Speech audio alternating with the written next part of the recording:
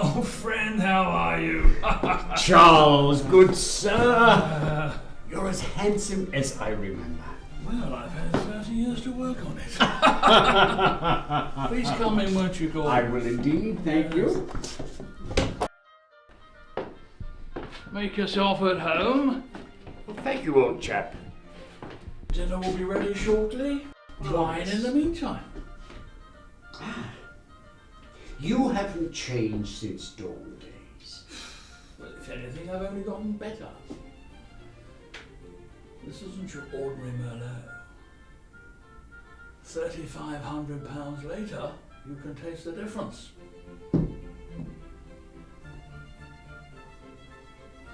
So, life's treated you well, I presume? It's had its ups and downs, but business is good. Pharmaceuticals have proven to be quite the venture, as you may know. Still at the university? Well, I'm afraid so. As much as I'd like to stop teaching Aristotle to unappreciative brats, retirement is unfortunately out of the question for now. Family? Lovers? Family, yes. Love as well, I'm afraid not. The missus and I had a big bust-up a few years ago. Since the children have grown up, I don't see much of them either. You mentioned a child? I have two, actually. Ah. And a grandchild. Jack is 32 and Carol just turned 35. Her little girl will be 2 next month. A grandfather, congratulations. To the fruits of your labour.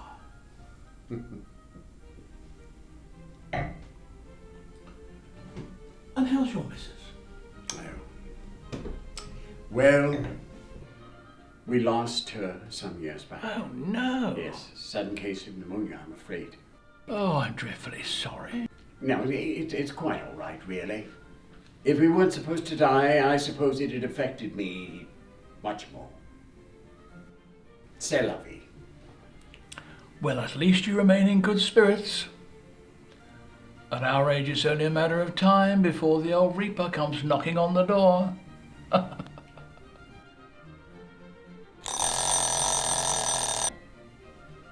Shall we dine? Great minds think alike.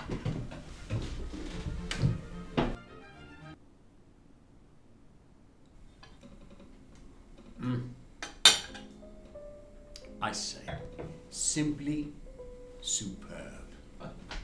Thanks, old chap. Oh, well, it's a long time allow me to take up new hobbies, I suppose. Does that tend to be a bother? The loneliness. At first, maybe. But now I can afford company, if you know what I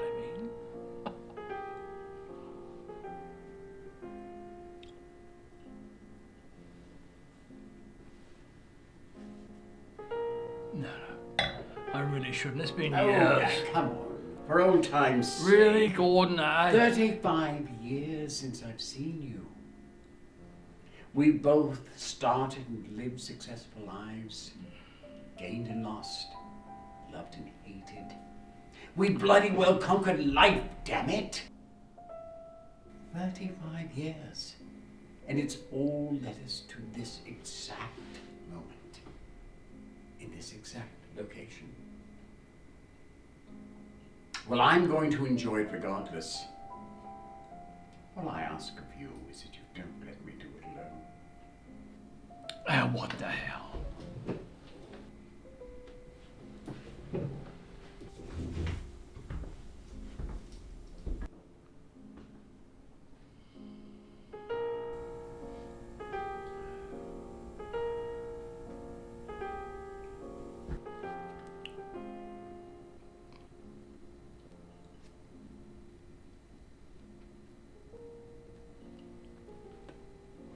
It must be nice to have others at your expense at any time. Well, it hasn't hurt me yet, old chap. Funny how the simple things in life are what make it. Well, I don't know if I'd say 1,000-pound bottles of wine make life simple. Well, they certainly make it easier. To each his own.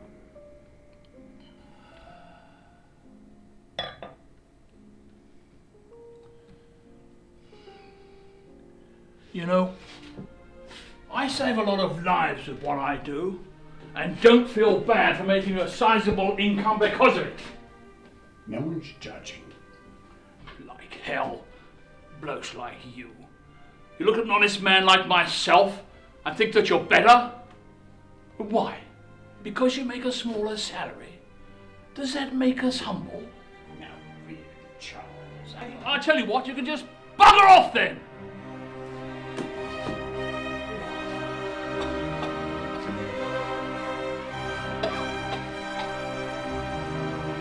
Oh!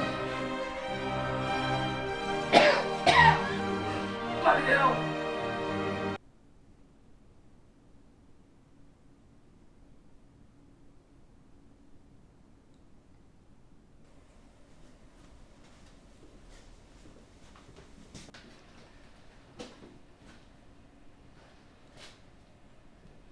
We're awake. Sorry about the headache. It will pass in a short moment.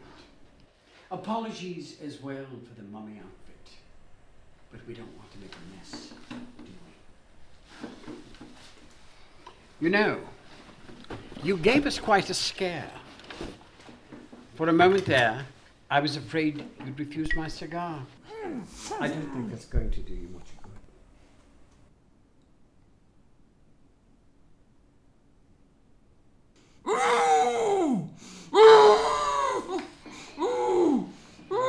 Stop being such a wank stain.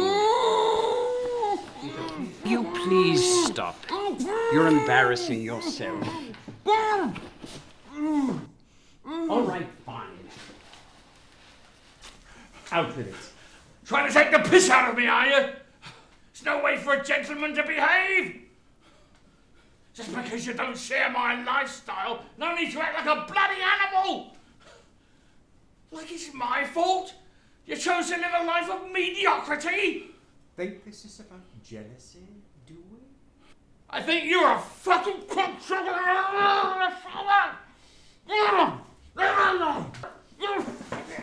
Despite your true demeanor, I admire your pronouncements of wanting to save lives.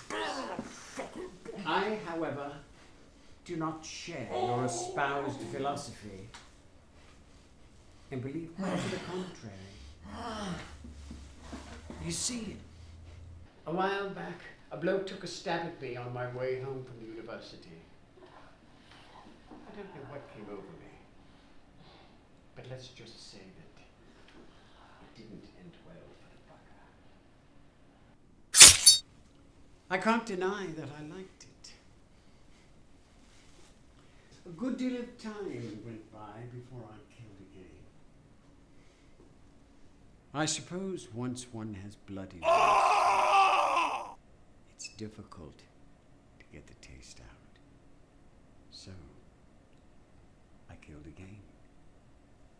An altogether strange experience since the beginning of time. It's been in man's nature to kill.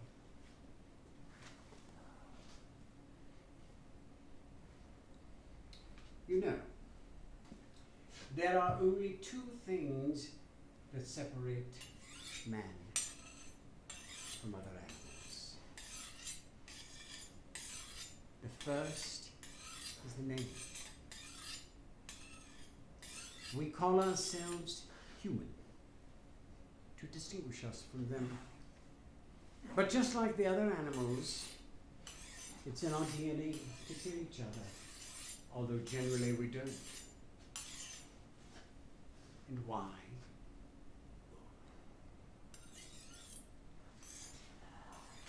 You see, we've evolved as far as we can, given the tools we have.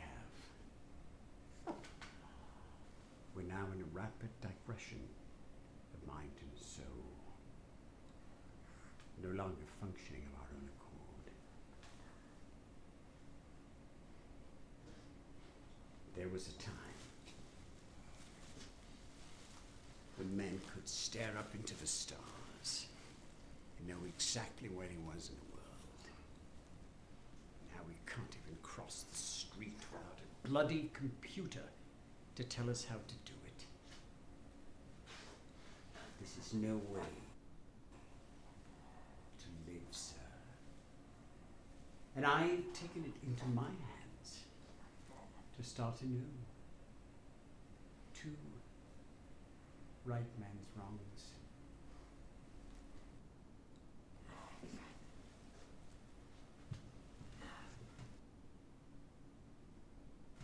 Murderers, the sickos, men like you who kill for money.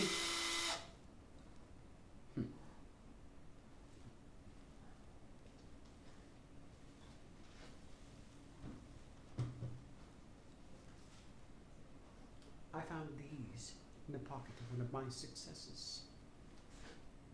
They were taken into a pharmaceutical testing facility in India, one which you happen to own. I was certain you knew nothing of these atrocities, but had to find out for myself. Oh, surely you didn't think that I called you out of the clear blue after all these years, did you?